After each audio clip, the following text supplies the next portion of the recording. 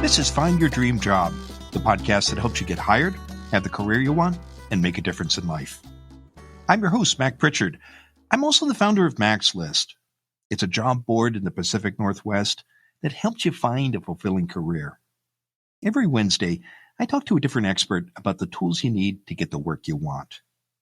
Find Your Dream Job is brought to you by Top Resume.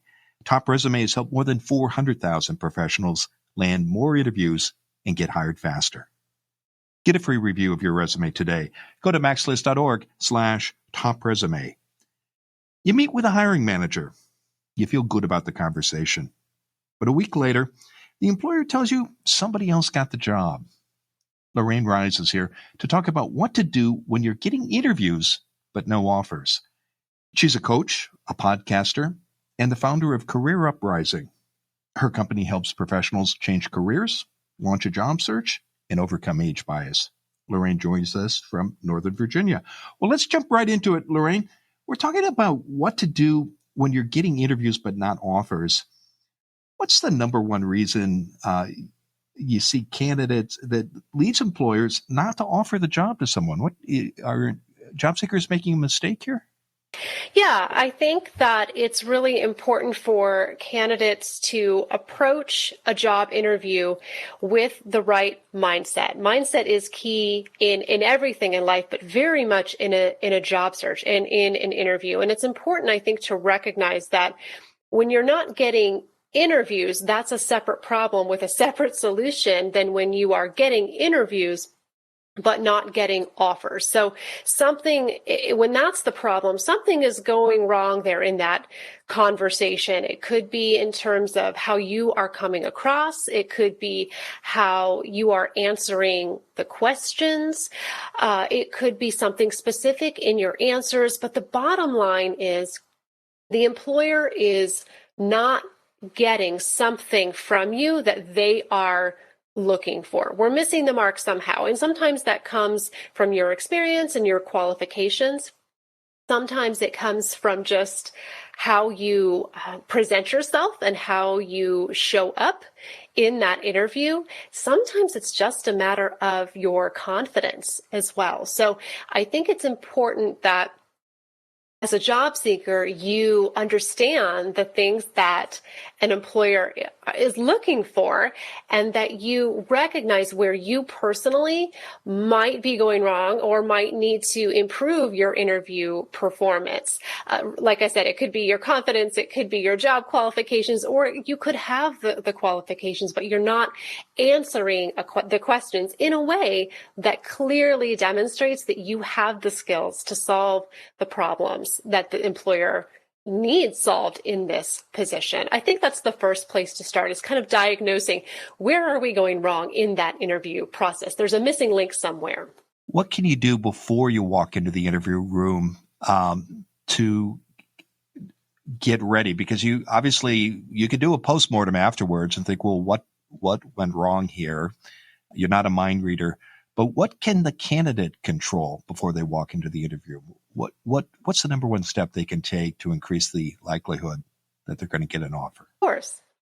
I think the important thing is, of course, to prepare, and most people will go into an interview process preparing, but I also don't want you to over-prepare. There is a such thing as over-preparing for a job interview, because we don't want to come across as scripted in our responses. We want to be confident, we want to be authentic, and we want to be able to simply tell our story and show evidence of our skills with very specific examples. So one of the first things that I tell clients to do when you are preparing is to brainstorm, I would say, at least 3 to 5 really specific career stories that demonstrate some of your best skills and most relevant skills for that position. So I like to call these career stories, or kind of just little nuggets that you can share in a storytelling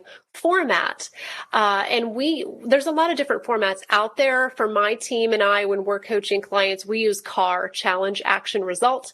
So you share what is the challenge of that situation, what is the action that you took personally, and what was the result, and be very specific in the result, because that's what employers are looking for. They don't want generalizations. They want specific examples. So I encourage clients to be a storyteller and prepare ahead of time several career stories that demonstrate major wins and successes, but also sometimes our failures and our lessons learned. I think it's important to prepare those as well.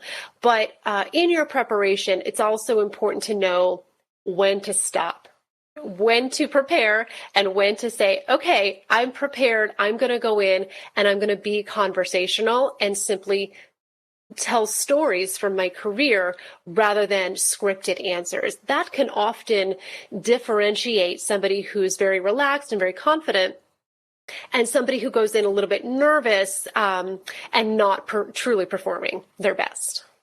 So most people will have many experiences they can draw on to tell their stories about their careers. How do you pick your top three, Lorraine?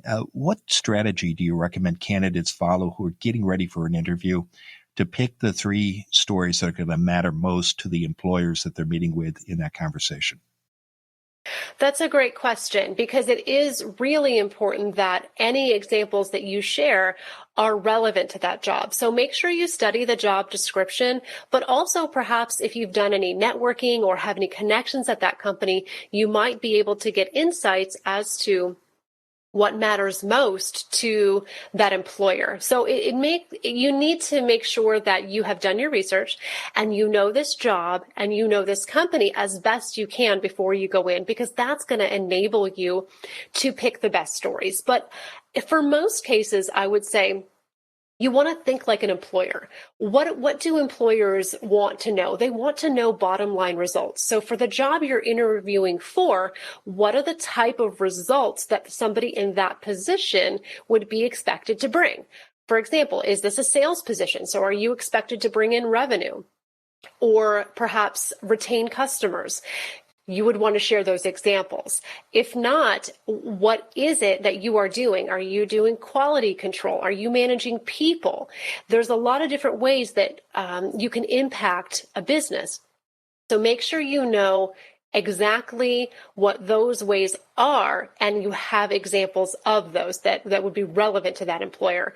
And again, I think it's important to think about major projects and wins and successes, but sometimes employers will also ask you about failures and times when things have gone wrong. So it's important to have those stories and be able to share what you've learned and how you grew in those opportunities. So think about the good and the bad when you think about career stories.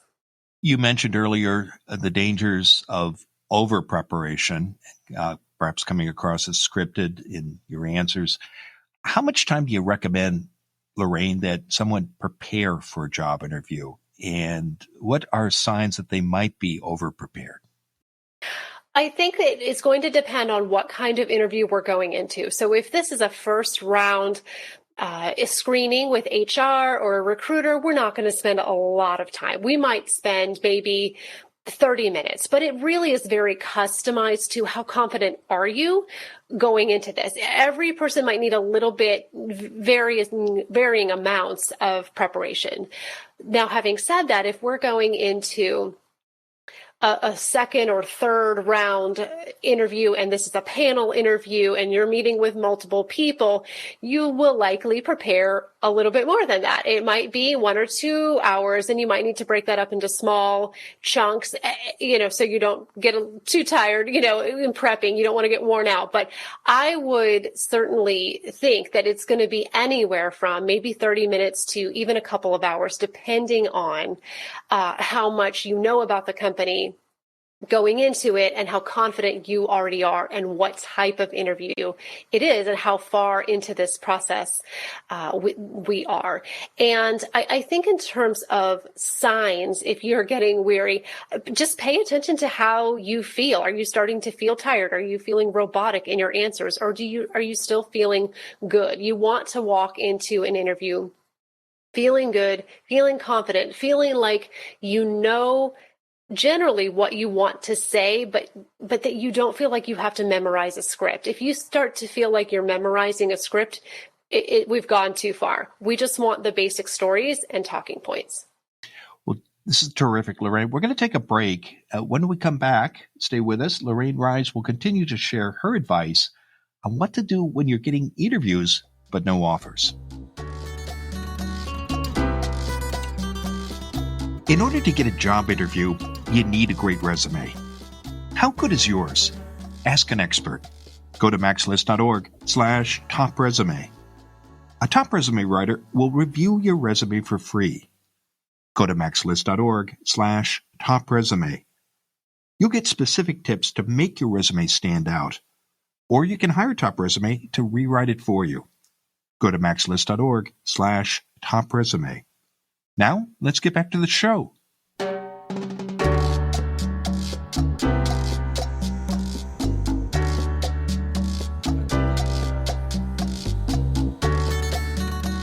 We're back in the Max List studio. I'm talking with Lorraine Rise. She's a coach, a podcaster, and the founder of Career Uprising.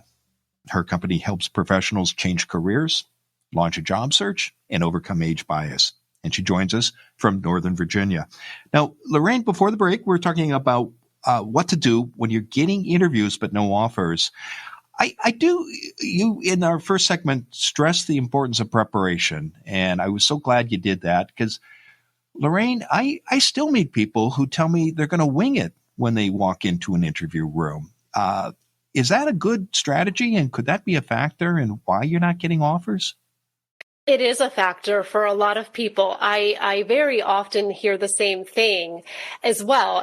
For example, a lot of times when I am doing an introductory call with a prospective client and we bring up interview coaching, I hear a lot, oh, no, I don't need that. Oh, I'm really good at interviews. And that may be true, but it's one of those things where everybody can benefit from practice and everybody can benefit from preparation. And I completely agree that we often have this tendency to want to just wing it. And I want to urge people to resist that temptation because here's one specific reason why.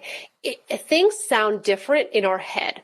For example, we may think that we have all these good answers and I know how to answer, tell me about yourself and this and that. But if you don't practice it out loud, it's a whole different ball game when it comes time to actually speak the words out loud in front of somebody in the moment.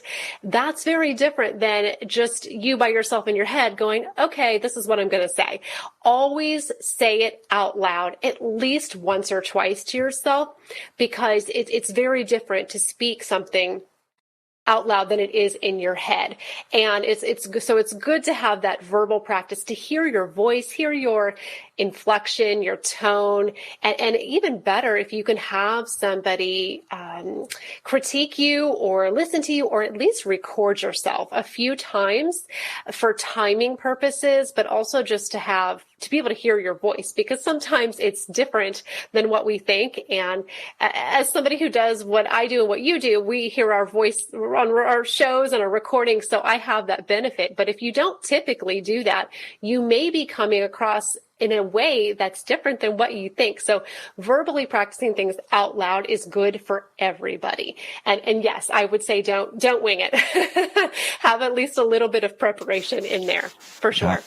The ear is a wonderful editor, not only for helping you prepare for presentations or interviews, but also for writing things that make sense when you're reading them or seeing them, or they're inside your head. You might have a different perspective on, to your point of when you say them out loud.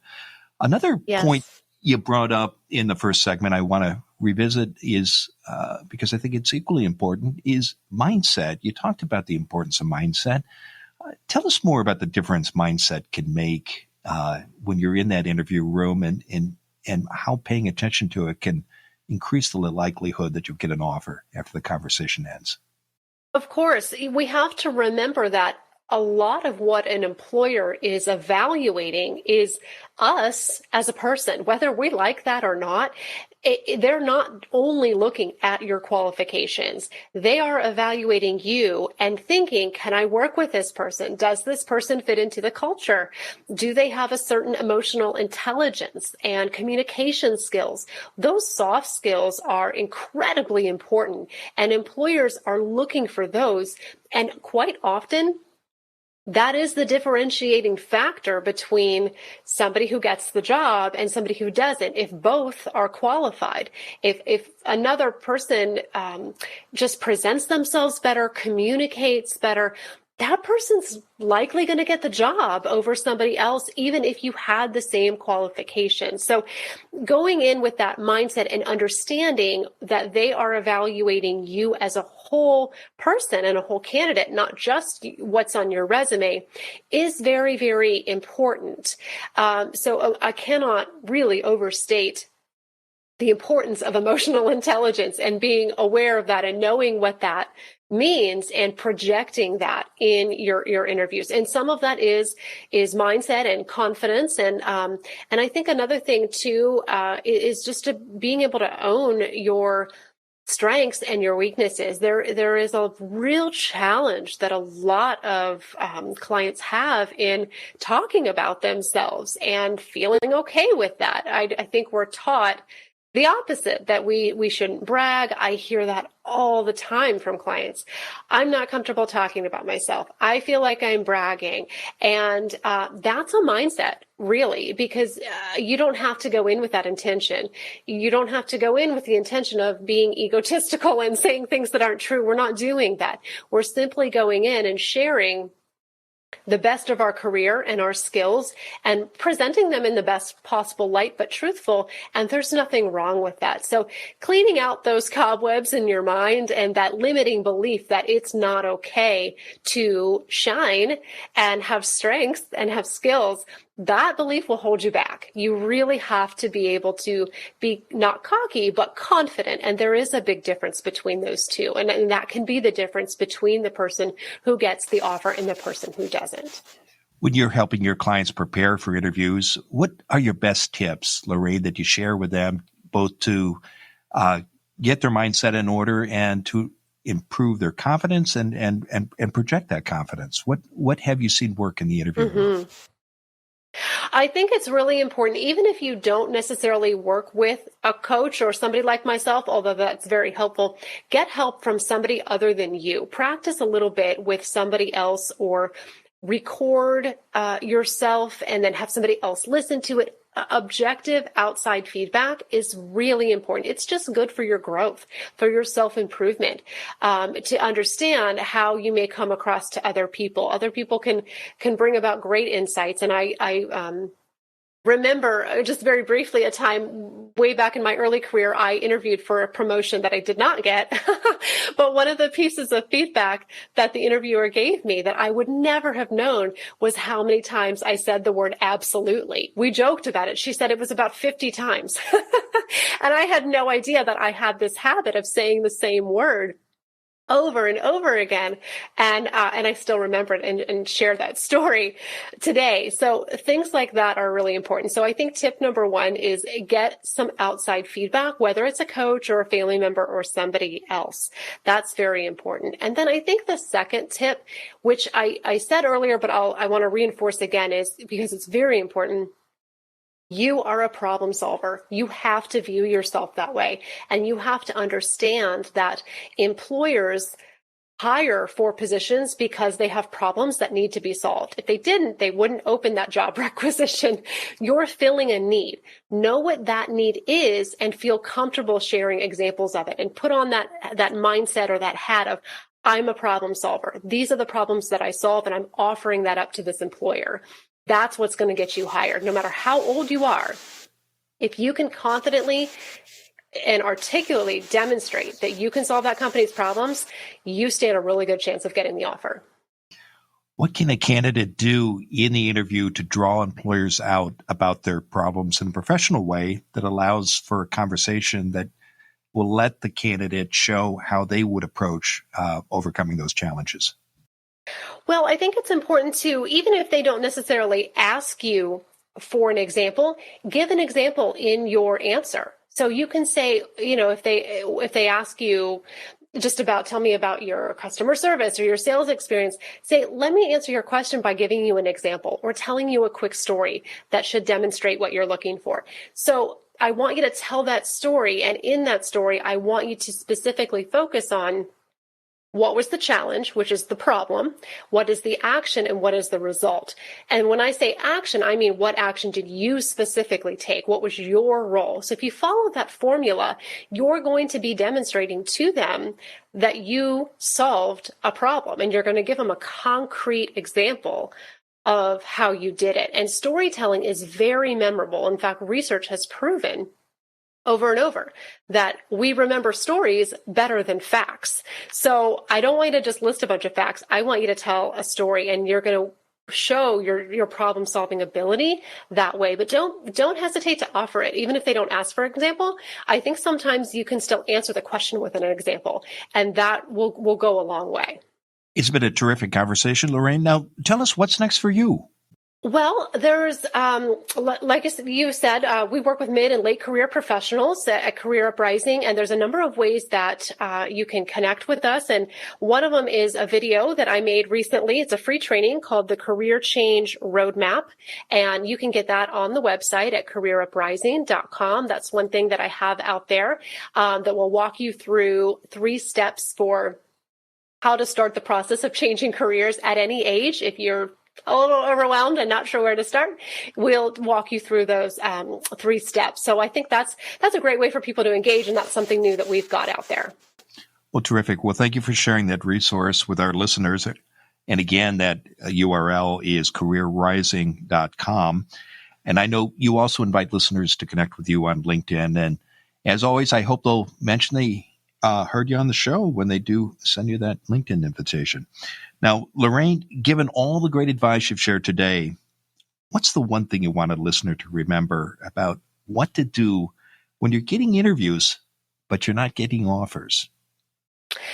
I think the most important thing, if I had to think about all the tips that we have shared today, I think the most important thing that I would pull out from that is to be specific in your answers. One good specific answer is worth 100 generalizations. So we never, ever want to answer a question with, well, that's something that I did all the time. We always want to share examples. So be a storyteller, be a problem solver, and own your strengths and your weaknesses. It's important to own both and go in there confident, go in there authentic, and prepared to simply have a conversation with that employer. And I think you'll be successful.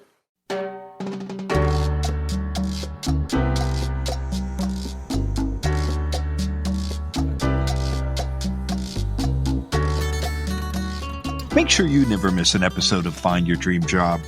Subscribe to our free podcast newsletter. You'll get information about our guests and transcripts of every show.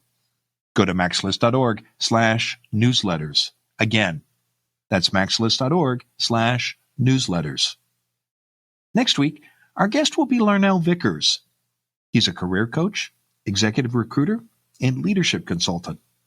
Larnell helps you make career moves that increase your income, impact, and influence.